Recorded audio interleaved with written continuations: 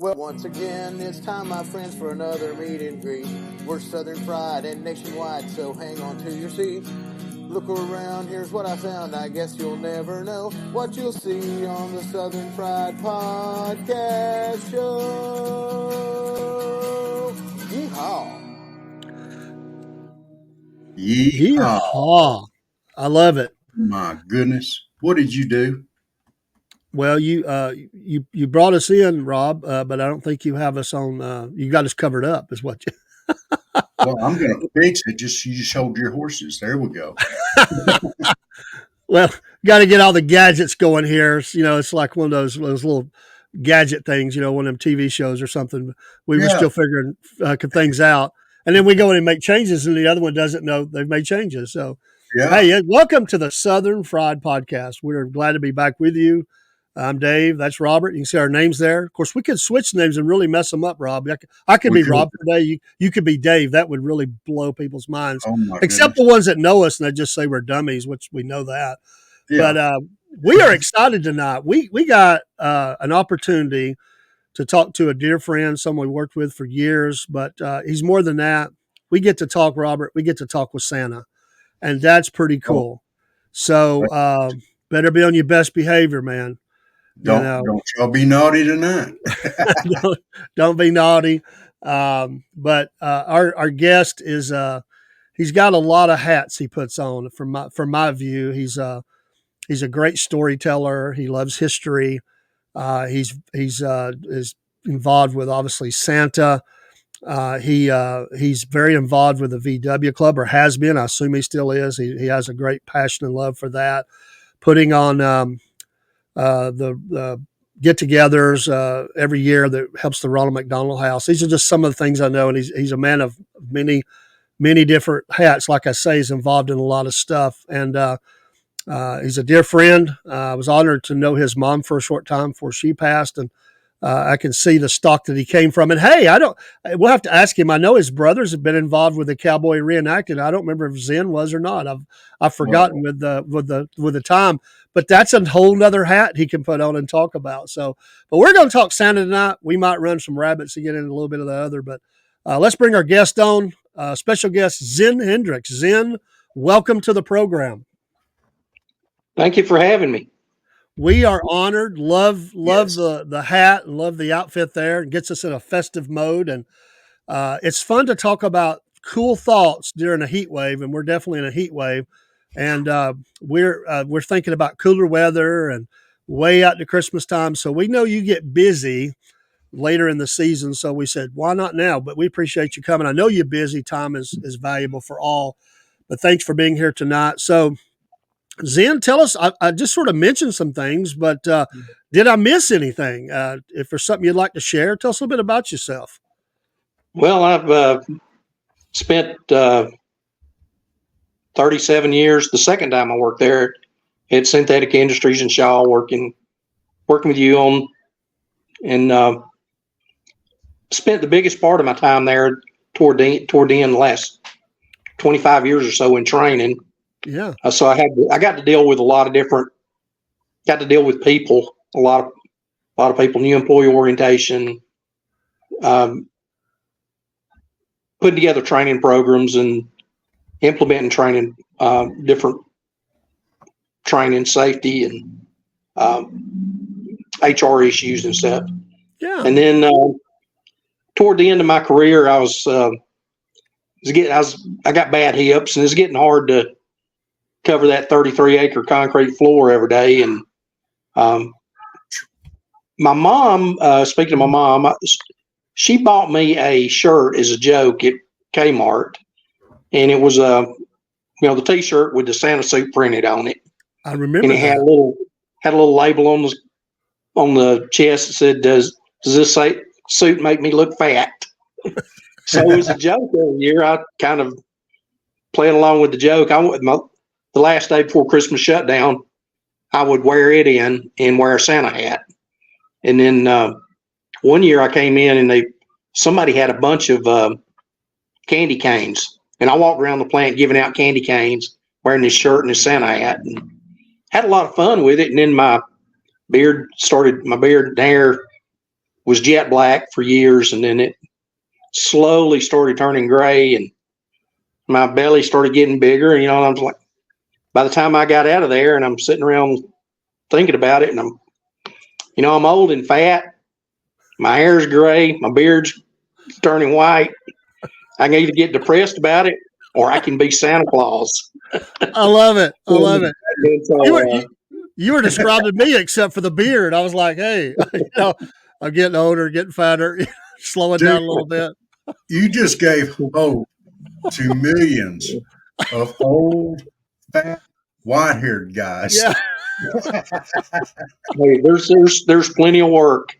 I have people calling me all the time towards the season. What people don't realize about Santas is, a lot of people think, well, I want to have Santa come and visit my kids in my home. There's a lot of Santas that do home visits. Yeah. But you can't call them up in the middle of December and say, hey, tomorrow night, can you come to my house? Because a lot of these guys are booked a year out. Yeah. Wow. So I get requests all the time, and I just pass them on. I've got all I can handle. And so we've got quite a few. There's two big groups of Santas in the Chattanooga area, and I'm involved with both of those. And so if I get a request, I just say, nah, I can't do it, but I'll help you find somebody.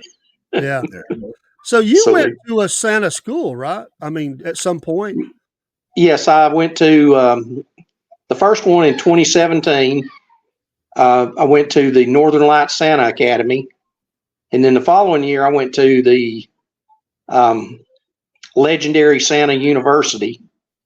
And then since then, I've been back to the Northern Lights Santa Academy 4 times. So I've been to 6 Santa schools in 7 years, 8 years. What is involved, just an overview, with Santa school? What kind of things are you learning? Well, you learn a lot about the history of Santa Claus, a lot of protocol and things to do and things not to do. There's a lot of classes on the business end of it, promoting yourself to get work, different options of things that you can do as Santa, and insurance.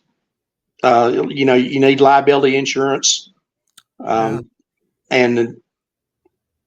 if you're doing certain things, it depends on what you're doing, but there's a lot of things to consider. That wardrobes, how to entertain, storytelling. I mean, there's tons of things, and there's some Santas are really good at some stuff and not too good at others, and so some of them do home visits, some of them are mall Santas, some do only corporate parties, and there's plenty of work out there if you just got to match your talents up with what kind of Santa you want to be, and there's plenty of people wanting you to visit. I can't help but think that it's a little bit sad that Santa School does not have a class on making toys. Well, that's for the elf, Robert. The elf. I'm sorry. Well, you come to Santa School. Santa is a toy maker. That's always that's one of our go-to sayings that most of us use when we get requests that we can't fill. We don't, we have to tell children, Santa's just a toy maker. There's some things Santa can't do. Some things Santa can't do. So how did you find the schools? Did you just do a Google search, or do you have somebody kind of guide you that way? I didn't even know such a thing existed, to be honest with you. Well, I'd heard about Santa schools years ago. So I knew they were out there, but I didn't know where any were, how to, sign up for them or what all was involved. But we went to a restaurant here in town. It's changed hands now, was CJ's Country Cooking. Yeah. And we went one day, one evening, and I don't know. Do you remember Mike Anderson? I do. Yes. Well, Mike was there, and Mike and Mary were there making pictures. You could come in and get your picture made with them. Okay. And well, Mike sent me a friend request. He started talking to me as we came in. Our girls went in there and had their pictures made. And then he said, you need to get into this. And I guess I'm fat and got a white beard, and so he kind of mentioned something to me. Well, then he sent me a friend request. Now, I never told him. I told Mary after he passed away, but I never told him. But I got this friend request from this Santa that I had met at CJ's. And I didn't know until months later that I knew him. I mean, I knew I got a friend request from this Santa, Mike Anderson. Yeah. And I knew Mike Anderson, that was the maintenance man. Well, the Mike Anderson I knew had a reddish beard and didn't seem very Santa-ish. Well, so this completely different person that I met that night at CJ's. Yeah. And then we're sitting down there at the first Santa school. Who's the one that told me about the Northern Lights? He was actually teaching a class on wardrobes there.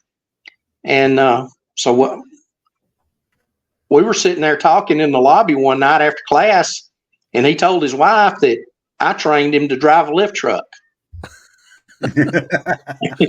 And I'm sitting here with this deer in the headlight look, because now I just realized that the two Mike Andersons I knew were the same Mike Anderson.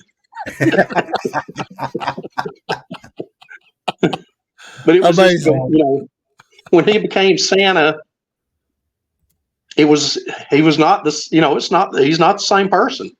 Yeah. He's not it was a completely different personality, different look. And I didn't realize that until then. But he's the one that got me hooked up with the Northern Lights. And so I've been to it a total of 5 times. Wow. Wow. So how did you go about, I mean, it ain't like you can go to the local chain store and get a Santa suit. So, and you obviously you're saying there's, depending on what you're wanting to be, there's maybe some variations there, or am I wrong? Yeah. So there's certain things you got to have, but there may be some variations. I mean, I've done Civil War reenacting, and depending on what you're portraying, there's obviously differences. So is it the same in Santa?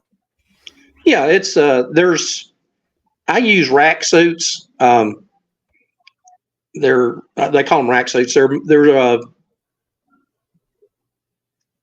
made by a company that in fact they're made in China now, but they were based in the United States for years. Yeah. But now they're making them in China. Halco, and they make several different styles of Santa suits in several different sizes, and then they're nice, but they're not terribly expensive. But then a lot of the Santas that do higher end stuff and home visits, a lot of those get into custom suits. Either a lot of them have their wives make them, or they make them like Mike Anderson. Mike made all of his own outfits.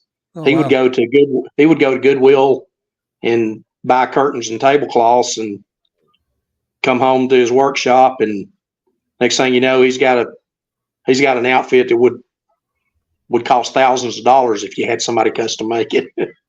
And then there's some that there's several seamstresses around that specialize in making Santa outfits, custom fit.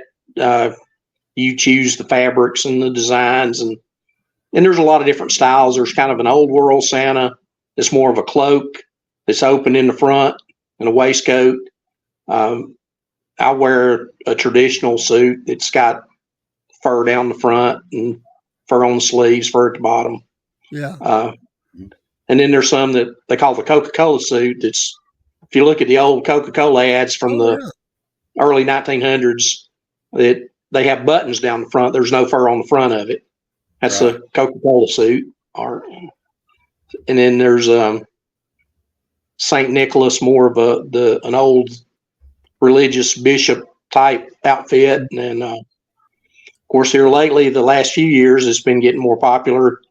The look from the Christmas Chronicles with the darker rabbit fur and leather coat and everything, and not necessarily the snowy white beard. Yeah. They're, I was out in it's such a draw. I was out in Oklahoma City. It's been many years ago. I was at a Burger King with a family, and this guy pulls up in a pickup and he gets out. He don't have on the Santa suit, but it's obviously he's portraying Santa. He had like red overalls, and he had the beard, and he comes walking in. He's getting his food. Every kid in that Burger King, they were locked on this guy. So what, I didn't know it at the time, but he ran a Santa shop there in town, and he actually comboed it. It was a ministry. So he used the Santa to introduce the gospel. This guy was great. But as he made his way around that restaurant, he was giving them cards, and he'd offer them some free candy if they would come by the shop. And so they're going around. Well, my wife sees this, and we're all kids at heart, right? My wife loves the Christmas time and Santa and all that. So she's like, "Hey, Santa," something. And I'm thinking, don't call him over here. We're older adults, and she's like, "No, I'll talk to him." So he comes over and he gives the card, and he says, "What's your name?" And she says, "Well, my name's Lynn." And she says, "Well, what's your name?" He said, "Well, Santa." I could have fell out of my seat, man. It was the funniest thing. He was in character the whole time. I mean, he never got out of it because that's what he does. But it was absolutely great. So I can't imagine some of the stories. So you went to school, you got the suit, and I don't know if you're allowed to say who you're doing your work with, so we won't mention unless it's okay, and you can. But you have one that you do every year here in town or in Chattanooga, and it's that thing runs 5 or 6 weeks, don't it? I mean, it's a pretty long. It's. I started at Rock City, the Enchanted Garden of Lights. The first year that I was Santa, after I did the first Santa school, I just did some volunteer stuff at some elementary schools, a couple of things at churches. The Saudi Daisy History Museum, I do an event up there every December for them, and I started that year. But then the next year, I was trying to decide, do I want to try to get in at a mall, or I want to try to promote myself as a home visit Santa, and the opportunity came up. The Santa at Rock City had been there about 9 years, and he was getting on up there in age, and his wife had passed away the year before, and he was really struggling that last year, and he told them that he couldn't do it again. He was going to hang it up. And so they're scrambling because all the people that work in special events are younger people, and they had never had to hire a Santa. They kind of inherited him, and then every year they just called up Cordell, and Cordell signed the contract and came up there and did the event. And so I had very limited experience, and I'd only had 1 year of limited volunteer experience, no professional experience, and one Santa school under my belt. And so I wasn't really expecting it to get it when I went up there and interviewed. And then I interviewed, and about 2 months later, I got an email from them wanting me to fill out some paperwork and send it back to them. And I opened it up, and it was like a W-4 and a new hire information sheet, and wow. So I called them up and I said, "So I got the job?" and they said they decided to hire me. And talking about breaking character, I think the reason they hired me, the man that hired me said that the reason he decided to hire me is because the first question he asked, he said, "Why do you like to play Santa?" And I just looked at him like he was crazy. And I said, I'm not playing. I am Santa. That's right. Great it. answer. And at that point, I had the job. It was a couple of months before I knew it. You tell it. But I didn't really know what I was getting into. I just knew I was going to be Santa Claus at Rock City during the Enchanted Garden of Lights. And I didn't know exactly what I was going to be doing until I got there that first night. But it runs from the Friday before Thanksgiving, and the Enchanted Garden of Lights runs until into January, usually in like January 2nd or 3rd, somewhere along in there. Right. But Santa doesn't come back after Christmas. So I go through the 23rd, and then they're closed on Christmas Eve night, and they're closed Christmas Day. They open back up Christmas night, but Santa's not there. Okay. Santa's gone on vacation, which is he's made his trip and he's on vacation now. And by that time, I'm sure Santa's ready to be on vacation. That's a lot of hours and a lot of days. Absolutely. It's 7 days a week. From 5 o'clock, they open the gate they open the curtain to my set at 5 o'clock, and I'm there till the last guest has left the park, which is usually a little after 11 or after midnight on weekends. Wow. It's but it's not getting ready and getting there is the work in it. Once I'm there and sitting in the chair, it's just fun. So what so you're seeing, I mean, one after another, kids are coming up. I guess they're taking pictures with them in your lap. It's a big thing. So had you done some of that? I mean, you had set up places. You'd already kind of gotten used to kids taking pictures and all that and some of the questioning, or was that kind of the first for that when you went there? Well, I had never done it to that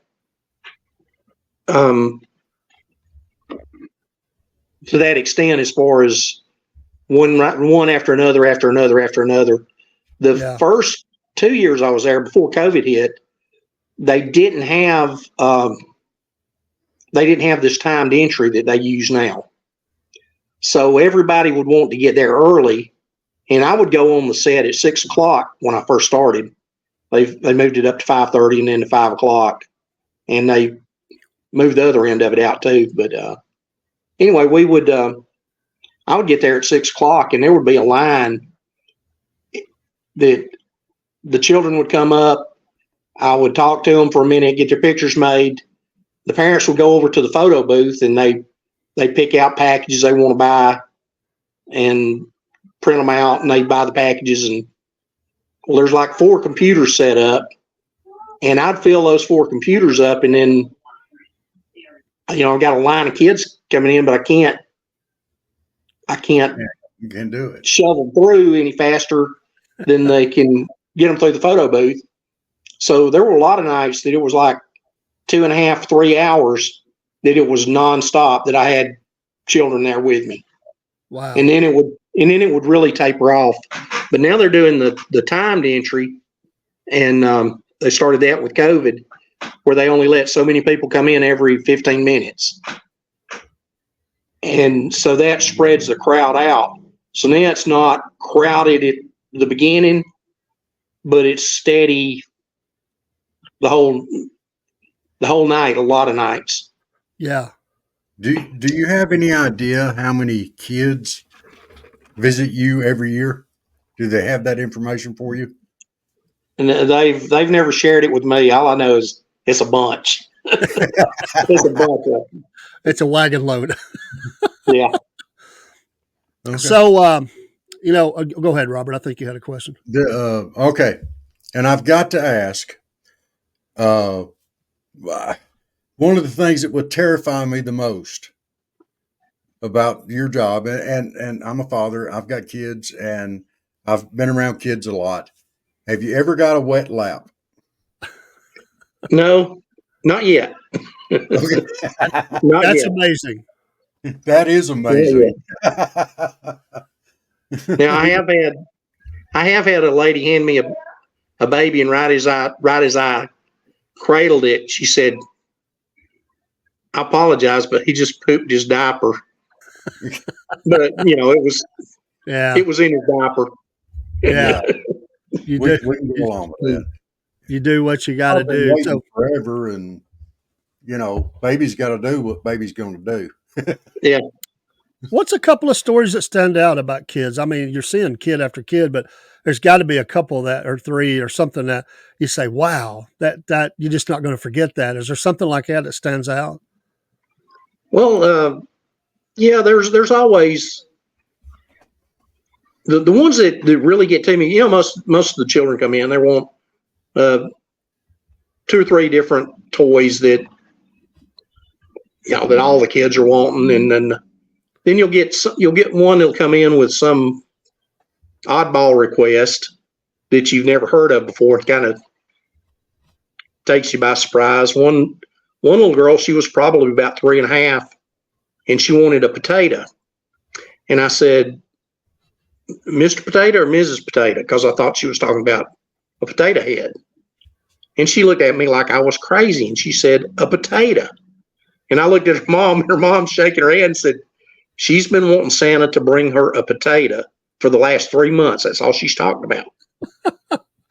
Cool. And I said, "Well, I think maybe Santa might bring her a potato." And she said, she kind of winked and said, "Most definitely Santa's bringing her a potato." So, okay. Oh my goodness. But then I've never had anybody ask for a treadmill.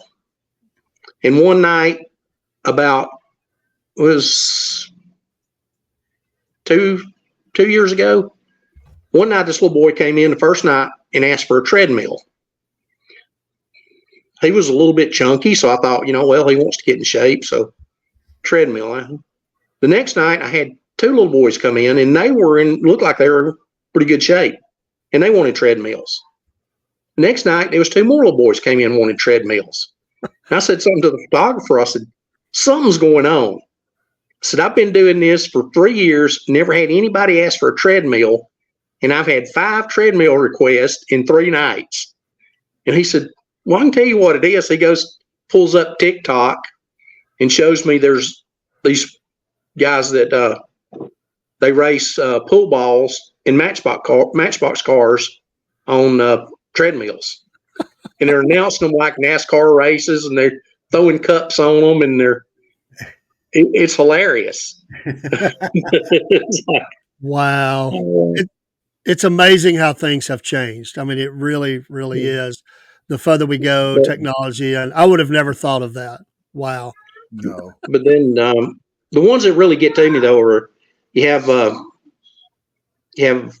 children coming in and they're wanting their mom to not have to have chemo. They're wanting their one little boy started crying. His dog had gotten run over that day, and he wanted his dog back. And just there's some that are just real heartbreaking. And those are the ones I have to tell. Santa's just a toy maker, and there's things that Santa can't do. Santa will try to do anything he can, but said there's some things that Santa can't do. But I tell them all when they in those situations that I know somebody that can work miracles, and I talk to him every night, and I will definitely remember you in my prayers. Awesome. And that's sometimes that's all you can do. Sometimes that's all they need to hear. Yeah. Had one little girl came through the first year of COVID, and they had put me behind a desk to give me some separation.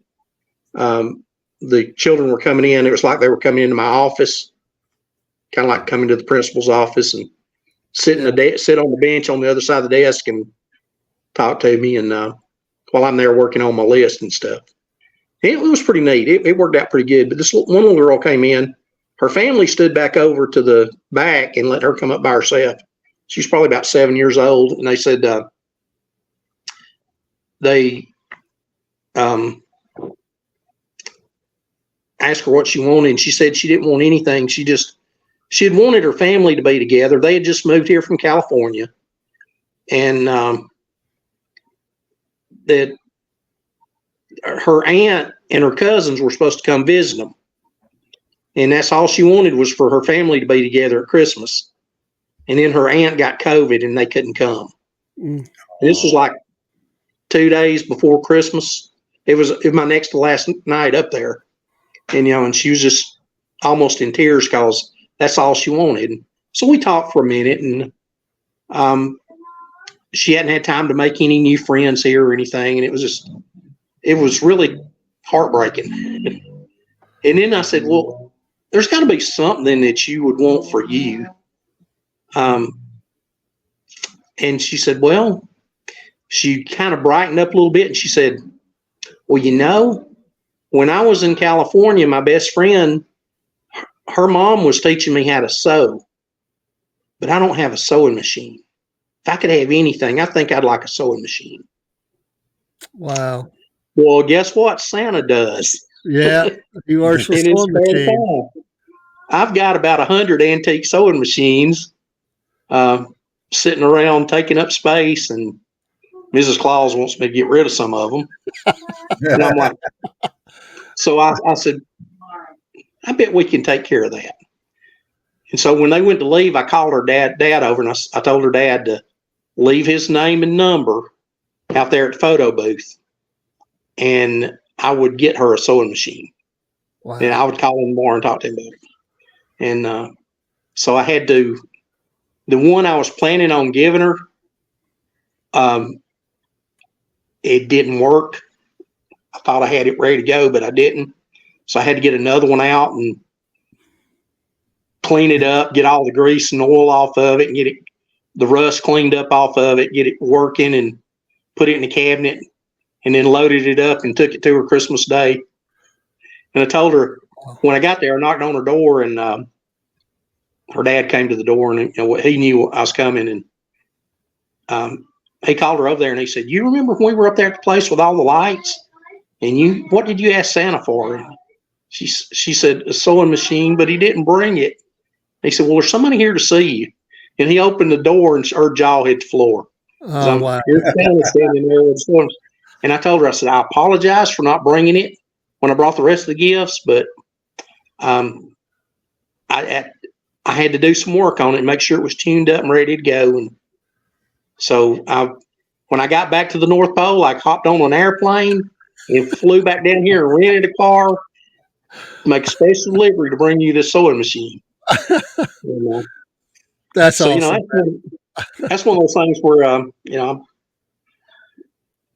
normally I'm portraying the mythical character of Santa Claus. That was one of those times when I actually got to be Santa Claus. That's awesome. I mean, that's something that she's never going to forget, and you'll never forget. That's awesome. That is so awesome. So, how do the grandkids feel about you being Santa, and helping out with this stuff? Hey, there's one of them right there. Hey, what do you tell them? Hello. Hello. This is Kaya. Kaya, hello, Kaya. She's my special needs granddaughter, and she calls me Papa. She calls me Papa. No, Ho Mary. Ho Mary. Okay. Ho Mary. Well, it's good to see you. You're beautiful, and we thank you for being on the program with us. Yes. Now, kids are precious, and it's great. Kids keep us young. I know they require a lot of energy, but they keep us young at heart. They really do. And our journeys are kind of similar on that, as well as a lot of people's. And that's cool. I've seen some of the projects you've posted about some of the stuff you've done, and that's just pretty cool, man. Yes, one other thing, I don't have much more to ask, but I was thinking, you mentioned Mrs. Claus. When you do that, is there a Mrs. Claus, or is that just not included in that? Well, there's a Mrs. Claus at Rock City. This past year, they actually put us in the same building for the first time, but there were two different Mrs. Clauses. One worked weekends and one worked during the week. But they don't work. They don't work in the photo area, but they were in the same building this year. And I don't know what they're going to do this coming year, but usually they have Mrs. Claus in a different building, and she's helping decorate cookies and telling stories and different things. Yeah, well, that's cool. Amazing, just amazing. Thank you so much for sharing that, Robert. You got any other questions? I'm learning a lot tonight. I can tell you that. Too. So I can't imagine what it's like to have that kind of impact on that many kids every year. That just kind of blows my mind. I mean, because when you think about it, we love all of our followers and all the people all the plays and all the views and everything. And we get excited because we had these up and we look and we see we're impacting this many people. These many people are reaching out and we're touching their lives. But my goodness, the amount of people whose lives that you touch, that you come in contact with, and the way that you approach things, it's just amazing. I am super tickled that you're here tonight and sharing these stories with us. This is amazing.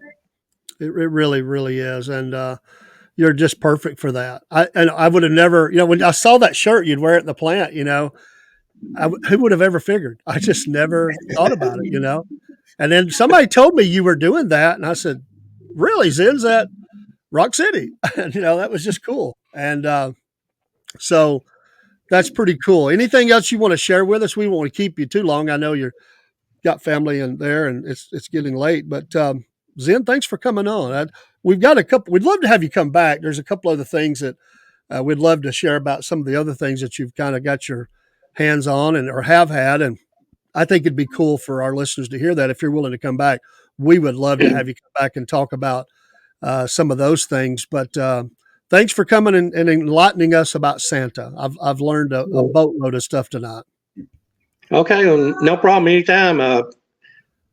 I would love to come on sometime next spring and talk about Bugapalooza. You mentioned earlier about the VW show. We would love to have you do that. We raise money for the Ronald McDonald House through that, and it's okay. I'm not sure what the number was this year, but last year we were back up to $25,000 that we raised that one weekend in April through our show. And, so awesome. And we need to promote that locally. So the VW community already knows about it. It's been going on for 25 years. And so they know in April to look for Bugapalooza, but a lot of the local people that's where Ronald McDonald House really draws in their money is from the spectator gate. And then those spectators coming in and buying a hamburger or a hot dog or a drink or something. And would be honored so to do that. Anything that we could do, that we could talk about on that. Absolutely. Kind of get some interest in that ahead of time. Yes, sir. I'll reach out. Definitely. What, Robert? Yeah. And we'll get you booked in for that. Absolutely. And have you come in and talk about your love in that world too. And also the Ronald McDonald House and all those things. So, hey, thanks a lot for being on, and we'll be talking to you soon. Stay with us. Don't sign off just yet. We're going to close the program. Robert, this has been fun. This is one of the funnest things we've done. I can't imagine, this is going to be one, I go back and I watch all of our stuff. I'm watching to make sure I'm not, sounding horrible and saying, too much, but I really like the content, and I'll watch some of this content over and over again. And laugh at some of the things we're doing. And this is one that I'll be watching more than once, obviously. And it does give us a cool thought for these hot summer nights that we're into right now. The thought that you're wearing that heavy suit made me even get hotter thinking about it right now because it's hot. But, it won't be. It gives us hope that that soon cooler weather is coming our way, Rob. Yes. Yeah, And he you was know out what? mowing today, so he's just spent out. He's in South Georgia with the Gnats. The heat, the the heat index today was 115. Wow. Ooh, Yeah, it was warm. But I tell you what, yeah, and it's we not like Arizona where it's a dry heat either. no, it's You not. mix some humidity in, and it's yeah. We But you know what? If somebody had told me when we started this up that we would get to interview Santa Claus, Yeah. oh, this is awesome. It is awesome. Thank you so much, and thanks for making dreams come true for kids. That's That's right. that's Oh, as Robert was saying. That's that'll just get you right in the heart, and Yes, yes. and don't let somebody like Robert come up there and sit in your lap. He's older. He don't need that. So I might. You never that's know. okay. behave yourself when you go up there, Robert. He told us a story that he was aggravating Santa one year, so Oh, that's why I brought that up. So hey, thanks, Zen. We'll be talking to you soon. Stay with us. We'll close the program. Robert, thank you, sir, for all you do, thank you, sir. and we'll see you next time, folks. And we've got a lot of interviews coming up. Thanks for watching the Southern Fried Podcast. Good night, guys. Happy Christmas. There we go.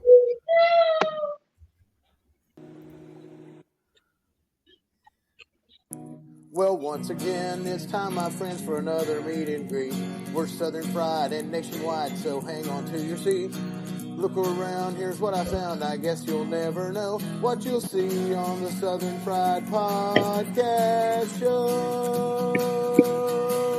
Yeehaw!